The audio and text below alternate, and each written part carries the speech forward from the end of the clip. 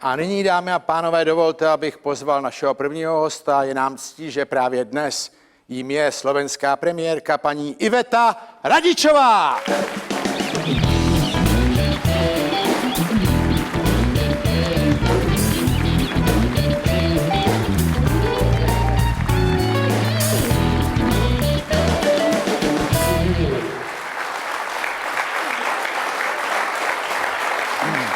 Prosím.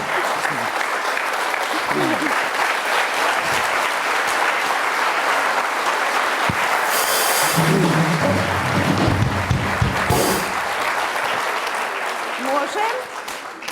Príjemný dobrý večer. Dovolte mi na úvod, keďže máme spoločný štátny sviatok, aby som tak symbolicky komukoľvek z vás, pre vás všetkých, pre nás všetkých zagratulovala k tomuto krásnemu sviatku. Vnímajte to, že je to gratulácia všetkým občanom Čiech, Moravy a Slovenska.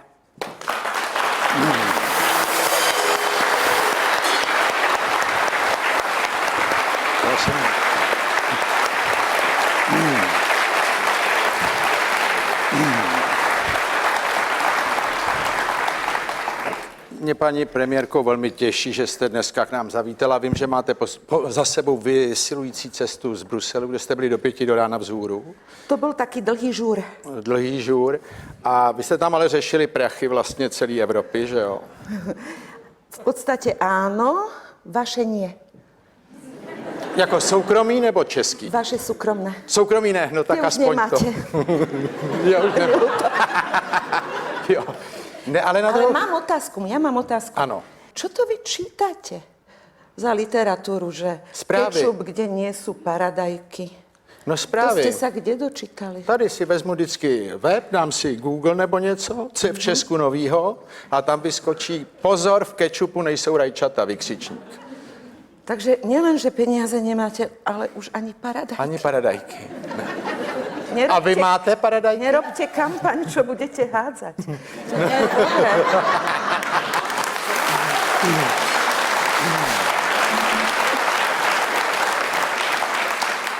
Pozor, já nevím, jestli to sledujete, my hážeme vejce, těch je zatím dost. Postaráme sa, bude summit. Bude summit, jo? Ne, ale řekněte mi, tak vy jste do 4 do rána jste zasedala? Do 5. Do 5.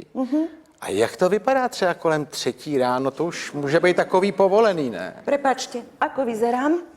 Nádherně.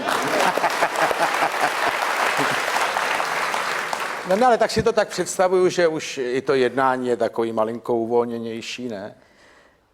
Ani by som nepovedala, hlavne keď Slovenská republika mojimi ústami o 4 ráno na hodinu preruší summit a musíme rokovať a radiť sa, čo s nami ďalej. To kvůli tomu, že vy jste řekli, že na to nedáte už další peníze, že jo? Hej.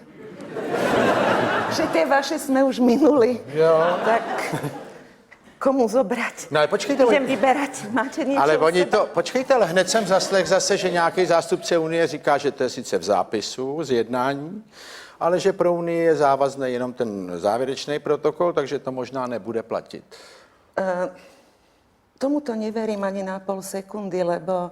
Naše rádio to tak šťastně hlásilo, jako. Tešili sa? Jo, vypadalo to. Neverím tomu, ale dobre, čo by som neurobila pre radosť iných, zvlášť vás, určite to bude v protokole. Ne, proto, jo, i v tom závěrečném. Bude. Jo, bude. No ale na druhou stranu tak to muselo být těžký tohle obhajovat, že jo? Že jedna z těch zemí řekne, my na to už nedáme víc, než co jsme slíbili tenkrát, při tom prvním placení. Od začiatku máme postoj nemenný a rovnaký. Nepatrím k tým slávnym vlajkonosičom, že vymysleli sme úžasný záchranný mechanizmus. A záchranné bývajú kolesa, nie? Už val to neznie dobre, to Nezní, spojenie. je to takový divný. Nie, mne sa tiež stá. A kritické výhrady sú, ale vždy sa držíme zásady, že nie je ťažké kritizovať, veď vy sa tým živíte. Ano. Ľahká práca, že? Tak já mám jenom kritický začátek, pak se uvolňujeme, víte. Áno, skúsime Jsme se to. z té kritiky dostali. Skúsime to. Ale podstatné je prísť aj s nejakými návrhmi, čo s tým. A, Co pak z návrhy, hlavně s prachama, ne? no ale tie treba nejak... Natisknout. A čo sme v Amerike? Já vím, že ne. No veď to, Ale- kam sa tlačia? A kam to dotlačili? Já vím, ale na druhou stranu podívejte, já samozřejmě na rozdíl od vás nemám ty exkluzivní informace, já mám jenom ty normální. Tie paradajky, ja A viem. paradajky a tak, to jsou moje poslední zbraně, ale pokud budu mít na vejce vůbec, ale na druhou stranu i jako laik si musím říct, no dobře, tak se jim odpustějí dluhy a ty se mají banky posílit a teď si tak říkám, jak se budou banky posilovat? Fitnesská pribúdajú, No. tam ich nájdeme, tam nájdeme všetky ako také zoradené aj s firmami a potom, to je ten známy mechanizmus, koľko máte času? Ja vám to teda idem vysvetliť. My to když tak pak zkrátíme, ale můžete to říct. Nie, ja to... Tak, ale nie.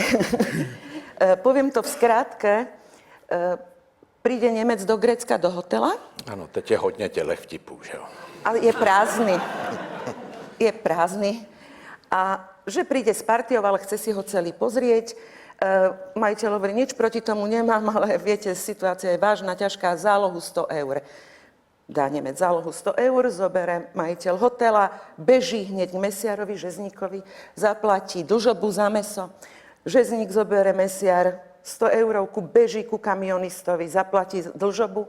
Kamionista zobere peniažky, beží za tou dámou, ktorá ho vždy na tom istom mieste usmiata čaká, zaplatí dlžobu.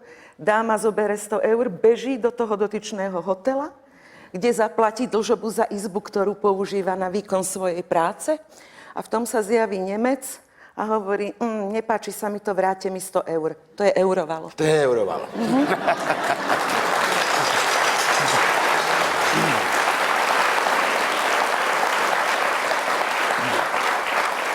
Na druhou stranu je to trošku absurdní situace, když jste tam vyjednala, nebo v rámci jednání vaše delegace vyjednala, že Slovensko nebude přispívat, protože to byl ten hlavní důvod, proč jste svým způsobem na Slovensku s vládou padla, ne? Že hlavní argument byl, že se platit nebude. Upresním. Slovenská republika schválila tento mechanizmus v auguste 2010.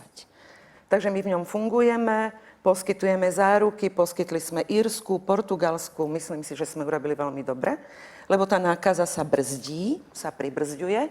No a teraz sa rozhodovalo o tom zadlženom Grécku, kde v júli tohto roka bola dohodnutá horná sadzba aj za Slovenskú republiku, koľko si trúfame ručiť.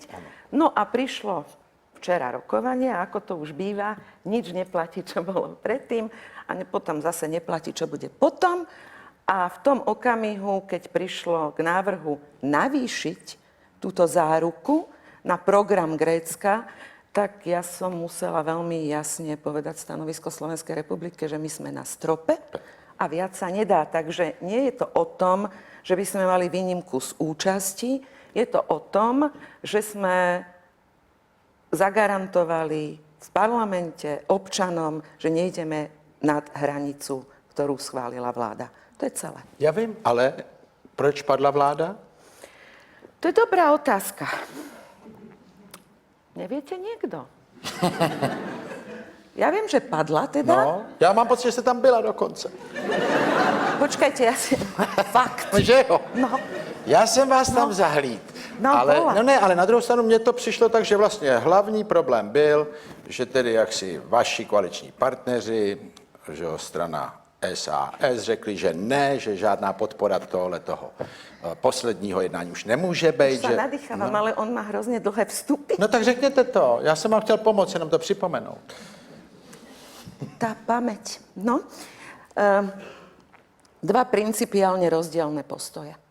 Na jednej strane jedna koaličná strana, ktorá skutočne rezolutne zamieta akékoľvek spoločné mechanizmy na riešenie problémov dlhovej krízy. Spochybnila ho en bloc ako celok voči trom koaličným stranám s principiálnym postojom, že nemôžeme byť v partnerstve, v manželstve iba vtedy, keď nám to vyhovuje, ale že by sme to mali ustáť, aj keď je problém, a že by sme sa nemali otáčať chrbtom a že by sme mali byť nápomocní pri riešení. No a keď máte takýto spor, ktorý sa úplne vylučuje aj v protirečení, tak je to situácia, kde si kladete otázku, či vláda má v parlamente väčšinu. Áno. či má šancu vládnuť. No a naša ústava, tak podobne ako vaša, zakotvuje pre prípady nielen sporu, ale aj pochybnosti o väčšine, že môžete spojiť takýto vážny problém s hlasovaním o dôvere. No a vláda padla. Já vím, ale oni vám To to je celý někteří příběh. vyčítali. No tak já to respektuju a považuji to za vlastně takový legitimní způsob, dokonce bych řekl tradiční. Áno. Ale v těch našich zemích, jak víte, se to moc nedělá, protože princip je tahat vládu, dokud to jde.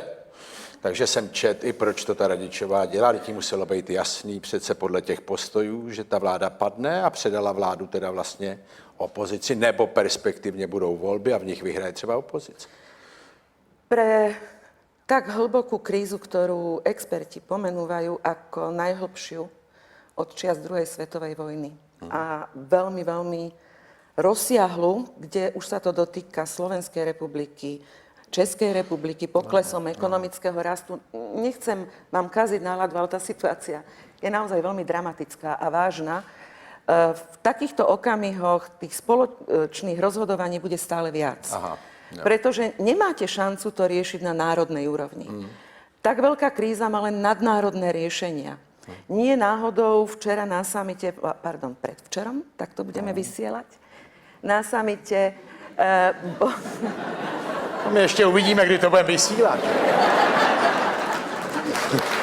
A či vôbec, hej?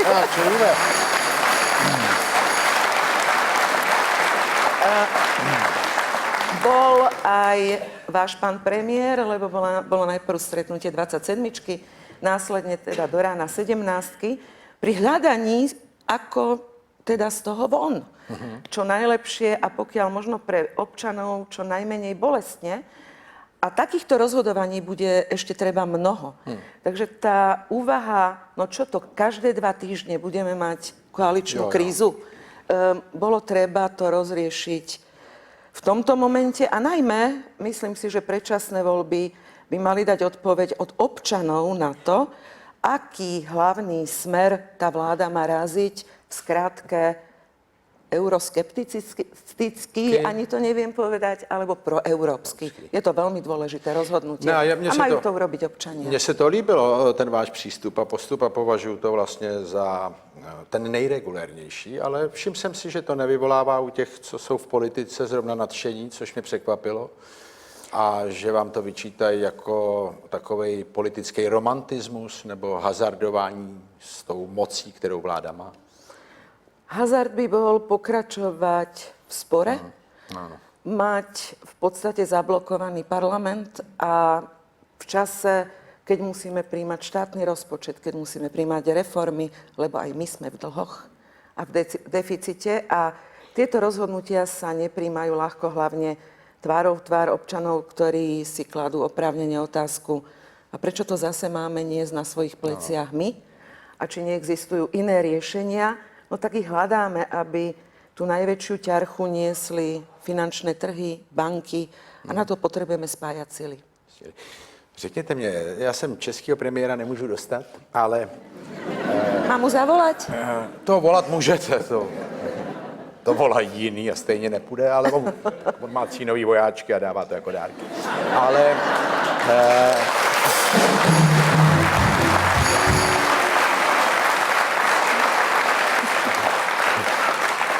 Jedna věc mě zaujala a to bych se vás chtěl s dovolením zeptat. Například boj proti korupci, protože všiml jsem si, že podle Transparency International vy jste byla asi, nebo vaše vláda, 3krát úspěšnější než vláda vašeho předchůdce v boji proti korupci.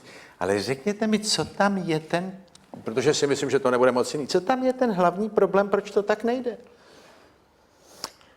Túto otázku som si aj ja kladla. My sme urobili naozaj taký protikorupčný program. Začalo to zverejňovaním zmluv, všetko tam nájdete. Každá platí, až keď je zverejnená. Čaká sa, či nie je nejaká námietka voči výberovému konaniu, až potom je platné. Veľa to pomohlo, veľa to prečistilo.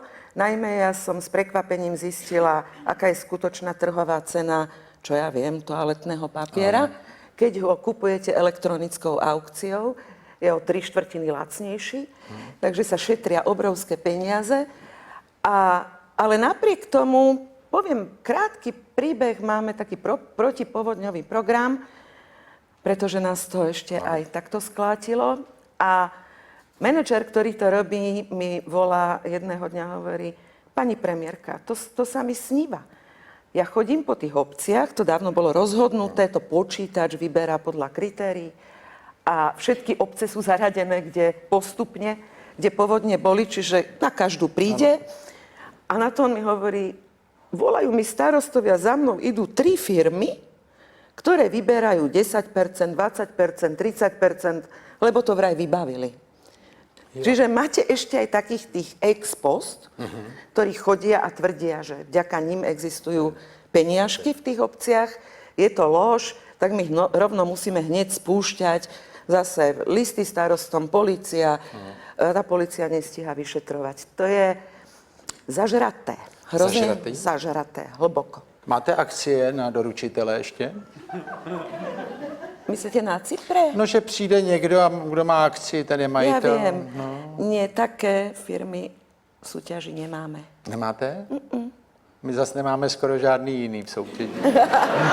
Tie naše prišli sem. Asi, že jo.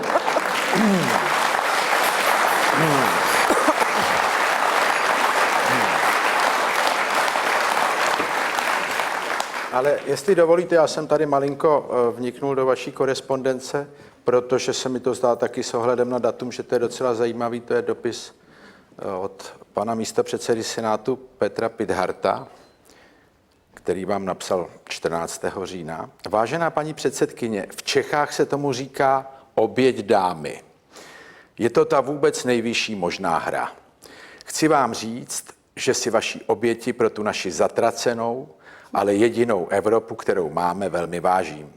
Vy ostatně nikdy nehrajete nízké hry. Jednou vám to bude všechno spočítáno. Kdybych nevěřil, že spočítáno k dobru, nepsal bych vám. S úctou, Petr Pithardt. Iveta Radičová.